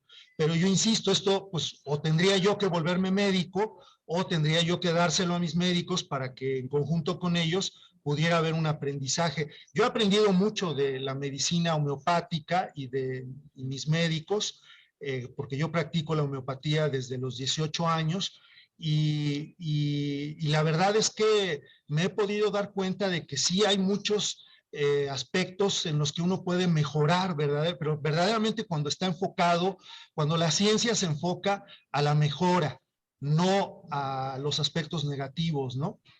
Y yo tampoco me pondría una vacuna de un hacker, pero de un biohacker, pero pues a lo mejor sí le confiaría cierta información, a lo mejor cierta información sí podría ser útil y dependiendo de en qué medida esa información que él pueda proveerle a la sociedad, pues en ese momento a lo mejor podríamos hablar de que sí democratiza en algo una situación que estamos viendo que va mucho más encaminada a la cuestión privada, ¿no? A que determinados grupos o corporaciones se apropien de esta información. Yo creo que sí sería importante, por ejemplo, para quienes se dedican a la política, también conocer algunos de estos aspectos y que de cara a la sociedad, pues se pudiera saber si quien gobierna está en cabal uso de sus facultades mentales, si goza verdaderamente de salud, porque pues al final de cuentas importa también para la estabilidad social el que exista este tipo de mejoras. En fin, yo creo que la visión debería ser ética, ¿no? Como platicábamos con el libro, en el caso del libro de Adela Cortina, nunca para empeorar una situación o para hacer uso del terrorismo, como ya lo expresó Walter, creo que de manera inmejorable, nunca para empeorar, ¿no? Pero yo creo que si determinadas enfermedades físicas o psicológicas pueden ser atendidas a través de estos métodos, pues yo creo que bien vale la pena pues seguir estimulando que haya más investigación en este campo, ¿no? Nunca detener la investigación por dogmas o por temores que puedan generarse. Yo creo que en este caso aquí en la biotecnología ocurre como en la vida. Yo creo que importa tanto el camino y cómo se transita ese camino que la meta final a la que se llega, que es, yo creo, desde mi punto de vista, mejorar la calidad de vida, ¿no? Si en el camino nos tropezamos o encontramos obstáculos, pues hay que superarlos de la manera pues más positiva y ética posible. Si nos dejamos guiar por el miedo y por los dogmas, porque habrá quien también recurra desde las religiones quizás a criticar o a condenar este tipo de avances científicos, pues yo creo que nos instalaríamos también en un camino equivocado. Gracias, Jesús Alberto. Walter. La pregunta misma que nos hace Paco ya alude al inmenso poder que ha alcanzado el Homo sapiens a través del conocimiento. Y eso lleva a pensar en las narraciones de la mitología, que suenan muy atractivas, que son lejanas, que aparecen como excelentes piezas literarias, en las cuales, por ejemplo, un dios le roba el fuego a los dioses y se lo entrega a los hombres. Y a veces uno se pone a pensar como ejercicio mental que hubiera sido muy interesante vivir, por ejemplo, en el mundo de los griegos, donde esas afirmaciones mitológicas eran las verdades cotidianas. Sin embargo, de alguna manera, lo que nos ha tocado a nosotros en este presente y en estas generaciones es vivir un mundo parecido al de los mitos griegos, porque ahora el Homo sapiens, a través del conocimiento, le ha arrancado el fuego a la revolución digital, al código genético y a la inteligencia artificial. Y esto recuerda mucho los debates del primer libro que leímos aquí al comenzar el año, la inteligencia artificial, y cómo de alguna manera en muchos de los comentarios que hacíamos todos aparecían más las objeciones, las dudas, las fronteras rojas y la pregunta de qué iba a pasar con el Homo sapiens y la inteligencia artificial. ¿Qué futuro le esperaba? Si era que iba a tener algún futuro. Y Joan, con su manera tranquila de decir las cosas, dijo algo muy parecido a lo que acaba de decir Julio. Y es que ese mundo de la inteligencia artificial era ya un hecho. Ahí iba, avanzaba. Y avanzaba de pronto mucho más allá de lo que nosotros podíamos lograr entenderlo. Algo similar está pasando con la modificación genética y con lo que eso implica. Incluso el énfasis que hace Martín Res es que una de las posibilidades es que se genere una especie nueva y que esa especie nueva conduzca a la extinción del Homo sapiens y también de esa especie nueva. Y es una posibilidad que también menciona Isaacson en el epílogo al final del libro. Se supone, y si bien Francisco lo va a tocar más adelante, que la investigación con las dos niñas que nacieron en China con el experimento que hizo el médico debería ser un objeto de investigación con mucho cuidado y con mucho detalle, porque es interesante ver qué pasa con esas niñas, cómo evoluciona el experimento, poder aprender de eso, porque el fenómeno de la modificación genética, a pesar de que le pongan por el momento restricciones, ya se conoce, ya se dio el primer salto, que entre otras cosas el biohacker lo saludó alborozado, no con tanta precaución y con tanta temor como lo saludaron los grupos de investigación de Doudna y solamente el profesor que fue su tutor, que fue sometido luego a investigación, pues estuvo con él en ese experimento, pero en general el mundo occidental y luego China, que saludó con mucho alborozo el fenómeno y luego se fue hacia atrás y condenó al médico, valdría la pena mirar entonces si eso fue un error o si fue un acierto por la alta incidencia que hay con el SIDA y el rechazo que se tiene hacia los infectados, qué otras modificaciones se produjo. Este fenómeno de la modificación genética va en camino y simplemente como apunte, aquí cada mes la biblioteca departamental revisa de manos de un autor un libro y hace unos meses revisó este libro y las personas que participan en general son de fuera del país, participan de varios países de América Latina y de Estados Unidos. En esa sesión la mayoría de las personas eran jóvenes, lo que me indicaba claramente a mí que me tenía que quedar callado y creo que no me equivoqué, porque cuando tocaron este tema, ellos para nada se asustaron, lo vieron como un camino promisorio, como hay que andar, que hay que andarlo y mientras más pronto mejor.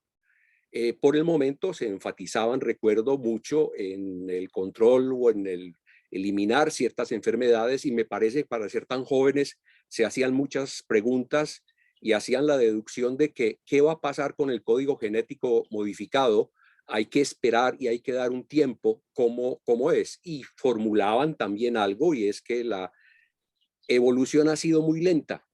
Ahora con esta modificación hay la posibilidad de que sea mucho más rápida. En todo caso, ellos miraban la situación muy distinto a como yo en su momento lo podía estar mirando y por eso fue prudente quedarme callado. Hasta ahí. Gracias, Walter. Veo que en general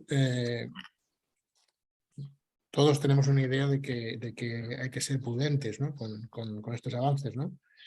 Pero lo que no tengo tan claro es si realmente existiese esa posibilidad de evitar que nuestra descendencia tuviera una enfermedad, si lo usaríamos o no. Eso es lo que no me ha quedado muy claro. En el estreno de la película Gattaca, comenta Isaacson en el libro, que en el estreno se hizo un marketing que consistía en que pusieron un anuncio de una clínica de ingeniería genética. No era real, pero daba la apariencia de que sí lo fuera, ¿no? Y daban un teléfono para que la gente llamara interesada. Comenta ahí Saxon que fueron más de 50.000 llamadas de gente que estaba interesada en esa edición genética para sus descendientes, porque lo que les planteaban era varias preguntas, pero una de ellas era si estarían dispuestos a introducir, a utilizar la ingeniería genética para evitar enfermedades a sus hijos. Otra era si lo harían para hacer mejoras en sus hijos. Y luego la tercera opción era descartarlo, ¿no? No sabemos cuál era el porcentaje de cada una de las respuestas, pero que en solo unos días ya hubiera 50.000 llamadas ya es significativo de que suscitaba mucho interés. Y como dice Walter y como decía Julio, es verdad que la ciencia no desaprende y que este es un camino que se ha aprendido y no parece muy fácil que se vaya a parar y mucho menos echar atrás. ¿Alguien quiere comentar algo más o seguimos? Procedemos pues. Doudna entra en acción.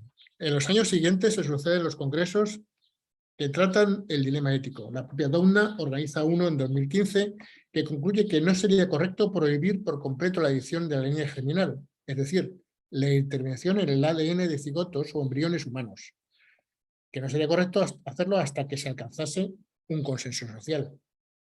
Posteriores encuentros científicos rebajaron las exigencias del consenso para permitir ediciones genéticas heredadas. Es decir, sí se permitía para enfermedades, pero no para heredadas. Además, el acceso generalizado al CRISPR y la facilidad de su uso lo hacían difícilmente controlable por los estados, que por lo demás evitaron una legislación clara y tajante sobre el tema. Sexta parte, los bebés CRISPR a los que nos había referido tanto Jorge como Walter. Hijo de humildes campesinos chinos, Jiankui, que eran hijo de humildes campesinos chinos que no podían pagar ni los libros de texto de su hijo, Jiankui es un claro ejemplo de los resultados de las políticas estatales de promoción de la ciencia. Se licenció en física y viajó a Houston para realizar el doctorado con el controvertido profesor Mitchell Dean, que le puso en contacto con el bioingeniero Stephen Crick. La tecnología desarrollada por este investigador americano sirvió a He para fundar una empresa de secuenciación genética en China. La compañía contó con el respaldo del Estado, que le otorgó en 6 años más de $5 millones y convirtió a He en un empresario innovador de moda. Promiscuo cazatalentos, He se dedicó a asistir a congresos donde conocía a numerosos investigadores. La propia Doudna le invitó como ponente a un taller sobre ética en la biotecnología. He se postuló para trabajar en el laboratorio de Doudna, pero esta esquivó la petición de un joven que no había publicado nada interesante y que parecía no tener muchos escrúpulos morales. He había manifestado su interés en editar genéticamente a embriones descartados, pero realmente se encaminaba a la edición germinal heredable, es decir, a crear bebés genéticamente modificados. Lo presentó como una intervención para conseguir la fecundación de embriones libres de SIDA, aunque para ese objetivo el ensayo no necesitaba de CRISPR, sino solo practicar un lavado seminal. He desveló sus intenciones a varios investigadores estadounidenses que se alarmaron, pero no alertaron del ensayo, lo que más tarde lamentarían. Solo uno de ellos, Mitchell Dean, su tutor de doctorado, aceptó intervenir en el experimento, motivo por el cual la Universidad de Rice le abrió una investigación de la que todavía no se han publicado los resultados. Paralelamente al ensayo, se preparó una cuidada campaña de relaciones públicas que le permitiera esquivar el debate ético. Una de las mujeres del ensayo tuvo un parto prematuro de gemelos en noviembre de 2018. Aunque el plan mediático preveía no desvelar nada hasta que Nature, la revista Nature, publicara el artículo ya remitido, la noticia se filtró. El Congreso de Hong Kong. Días después tiene lugar el segundo Congreso Internacional sobre Edición del Genoma, organizado por Doudna, entre otros, y al que ha sido invitado He. Tras unas dudas de los coordinadores y del propio He, finalmente se decide que presente su ponencia. La propia Doudna reconoce que pese a la oleada de críticas que habían suscitado entre investigadores de todo el mundo el experimento de He, la relevancia histórica le decide a mantener al ponente, al que incluso se le evitaron las preguntas más delicadas durante su intervención. Al término del Congreso, Doudna y el resto de organizadores consensuaron un manifiesto que, en lugar de pedir una moratoria de la edición genética en humanos, se limitaba a considerar irresponsable el procedimiento de He por los riesgos de seguridad que conllevaba, en este momento, la edición germinal. Con ello, se borraba la línea roja. La recepción de la noticia. Doudna esperaba una dura respuesta de la sociedad civil y de los políticos, pero no hubo tal. En su lugar, se crearon comisiones científicas internacionales que tenían que decidir si planteaban una moratoria. Doudna, al contrario que otros prestigiosos científicos, defendió que no era conveniente ni realista y poner ese límite podía costar, y si se ponía ese límite podía costar levantarlo más adelante. Además, era difícil de controlar su cumplimiento por la facilidad del uso del CRISPR. Se impuso la postura de Doudna. Señalaba que, comillas, la edición genética no es todavía segura ni médicamente necesaria, cierro comillas, pero sabría que fuera en el futuro una opción reproductiva más. En cuanto a Jiankui, fue imputado y condenado en China por violar deliberadamente las regulaciones nacionales y por cruzar los límites fundamentales de la ética médica y científica, según sentencia del tribunal. Séptima parte, las cuestiones morales.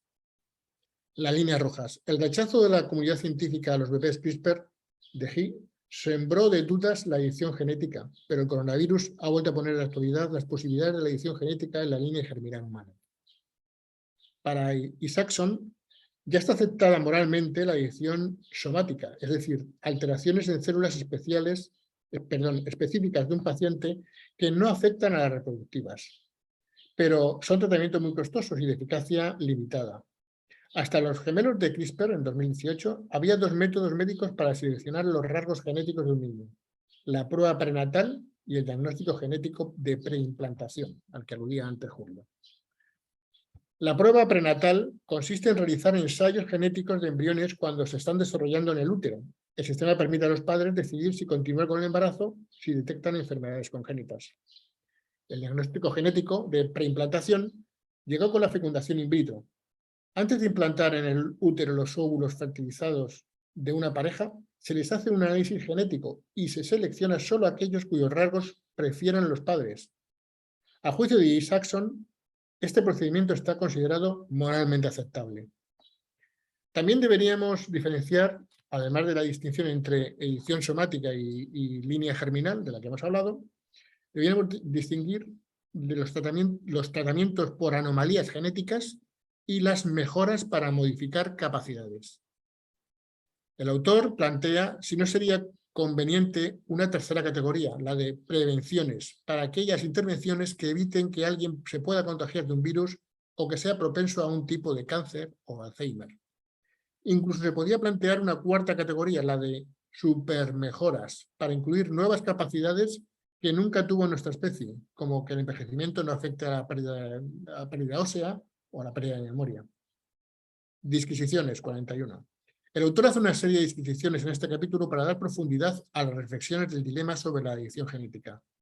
Analiza casos específicos como la enfermedad de Huntington o la anemia de células falciformes, ambas patologías genéticas en las que aparece clara la lógica de la intervención médica para asegurar que no lo padezcan los también hijos de los afectados.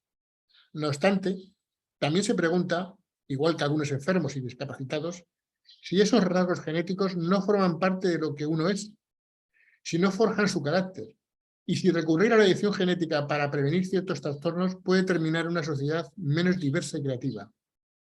Se pregunta cómo podemos distinguir entre aquellos rasgos que constituyen auténtica discapacidad y los que solo lo llegan a ser porque la sociedad no se adapta a ellos. Isaacson recuerda que, aunque hay un rechazo a la mejora genética de la musculatura, por ejemplo, lo cierto es que en realidad gran parte de los deportistas tienen particularidades genéticas que ya les hacen diferentes de la media. Similar planteamiento hace con los trastornos psicológicos y tras repasar una larga lista de artistas que han sufrido esquizofrenia o trastorno bipolar, se pregunta si librar a la humanidad de esas dolencias no tendría un coste para la sociedad. Diferente consideración le merece la edición genética para habilidades cognitivas, la memoria, la concentración, el procesamiento de información, la inteligencia, que juzga beneficiosa no solo para el individuo, sino para toda la sociedad. Y yo os planteo, después de esta larga charla, si consideráis que prevenir discapacidades físicas como la sordera o la ceguera, o mentales como la esquizofrenia, limita la diversidad y serían imprescindibles con una sociedad más tolerante con las diferencias.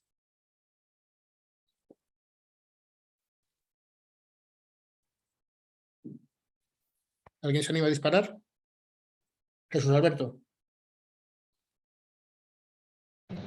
Yo creo que esta parte del libro es,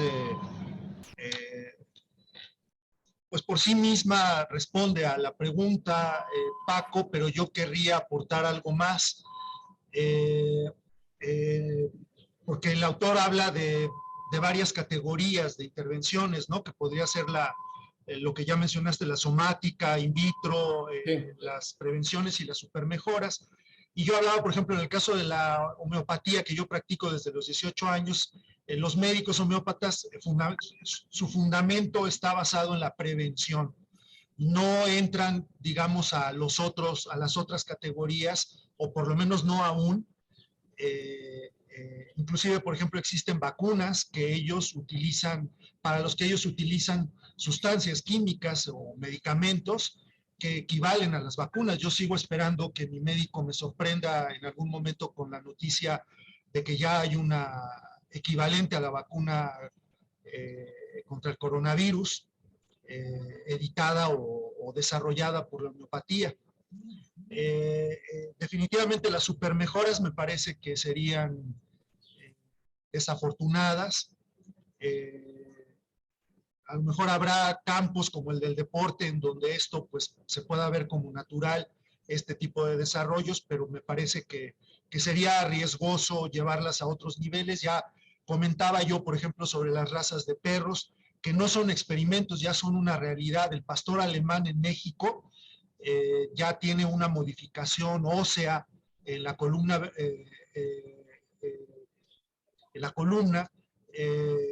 vertebral, porque de alguna manera la justificación es hacerlos menos agresivos, y la verdad es que es muy desafortunado ver cómo padecen estas especies de animales, estos perros, el hecho de tener que arrastrarse prácticamente con una parte ya muy encorvada de su esqueleto óseo.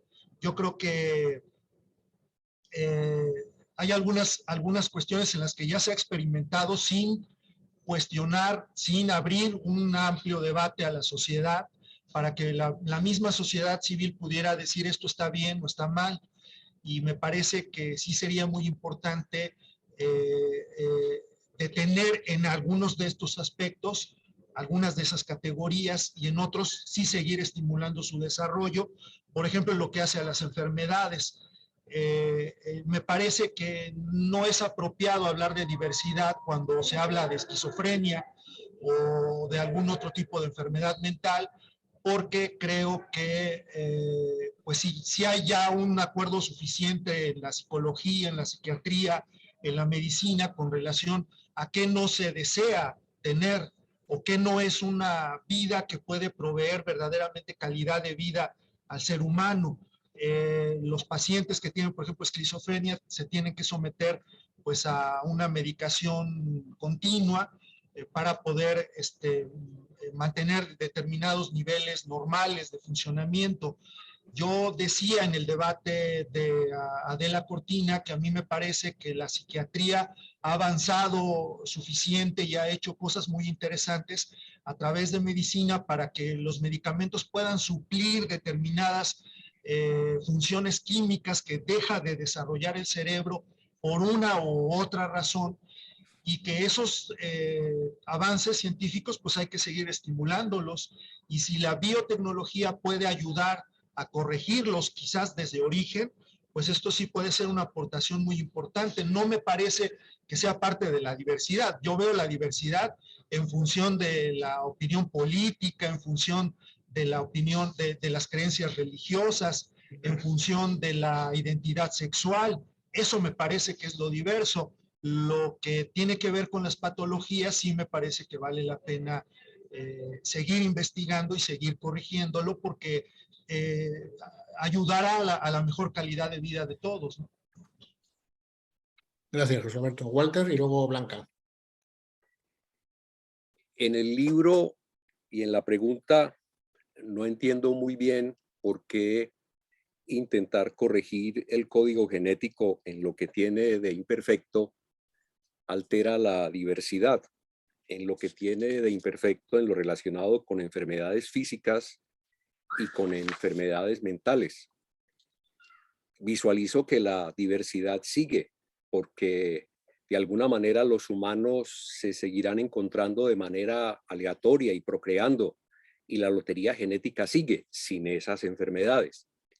Quienes padecen las enfermedades darían cualquier cosa, por decirlo en términos coloquiales, por no sufrirla. ¿Cuánto daría James Watson porque su hijo no fuera esquizofrénico? Incluso Josiah Steiner, el biohacker, dice que sufre trastorno bipolar, que cuánto daría por no padecerlo porque le causa infinidad de problemas.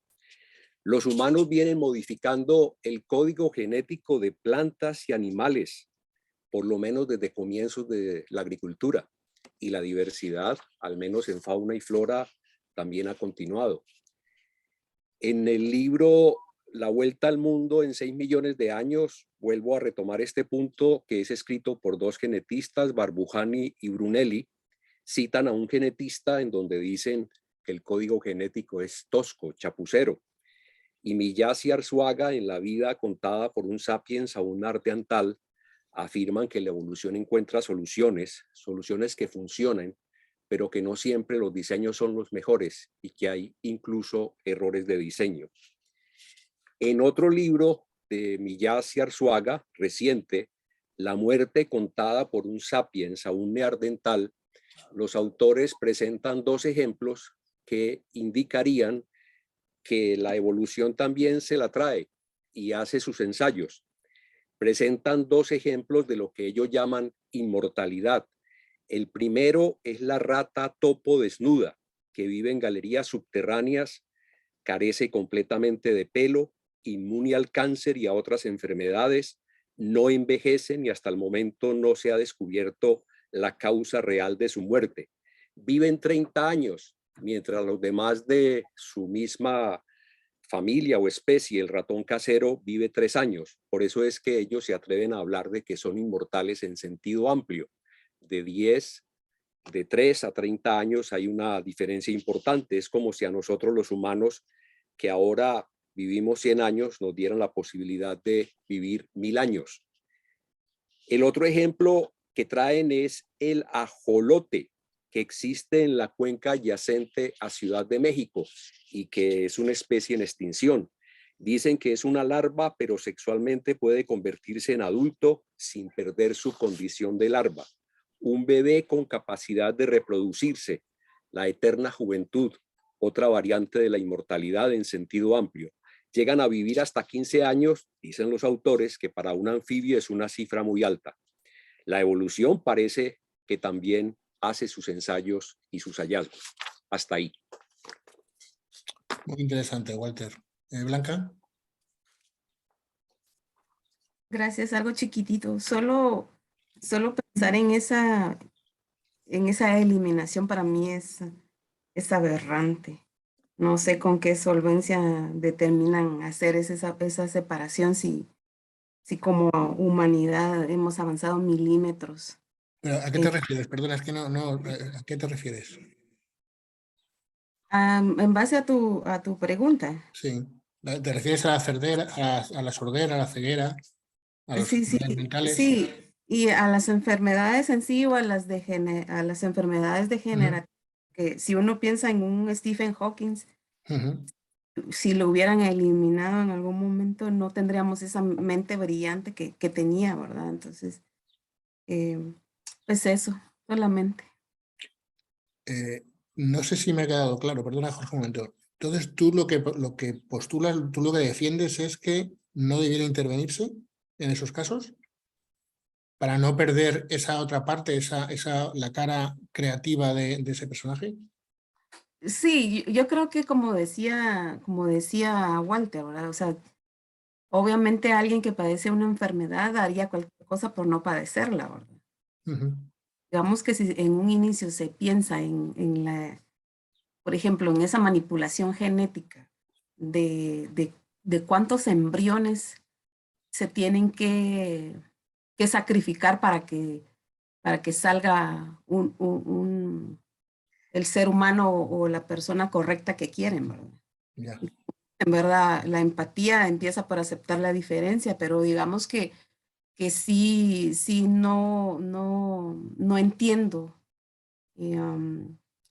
esa manipulación más que por eliminación que por arreglar algo. Yeah. Jorge. Sí, quería compartir un momento una noticia que es más o menos reciente. No sé si veis mi pantalla. Esto es de octubre del año pasado. Es un debate que moderó la hija de Putin, que está metida en un instituto de investigación endocrinológico de Moscú, en el que estaba un científico que sería el equivalente a Doudna en Rusia, que es el que está a la izquierda de la imagen, a la izquierda de la hija de Putin, que es se llama Denis Rebrikov, está haciendo edición genética con CRISPR-Cas9 para, digamos, evitar la sordera en hijos de padres sordos. Y es un debate con el confesor de Putin, que es el que está a la derecha de la hija de Putin, que es el obispo Bishop Tikhon. Obispo Rasputín, parece, ¿no? Y bueno, aquí explica las posiciones de cada uno. Bueno, lo que está claro es que están haciéndolo. El obispo es más conservador y alerta de que hay que tener cuidado, no vayamos a meter la pata, pero aquí nadie está parando nada. Y a ti te parece que un país totalmente descontrolado como ya es Rusia, y tenemos un mundo que está muy ya fragmentado, pues por supuesto que van a avanzar a tope en este tipo de uso de estas tecnologías. Bueno, y también quería añadir otra cosa que dice Isaacson, que la propia Douna está trabajando para el Pentágono en desarrollo de mejoras mediante estos sistemas de edición de las capacidades humanas para aplicarlas a soldados. Es decir, que podamos tener super soldados que sean, no sé, no les hagan nada a las balas, no sé cuáles serán los objetivos, pero digamos, estamos a tope metidos en esto. Lo que pasa es que hay un poquito de paripé a nivel oficial por salvar las formas, pero están desesperados porque no se impida.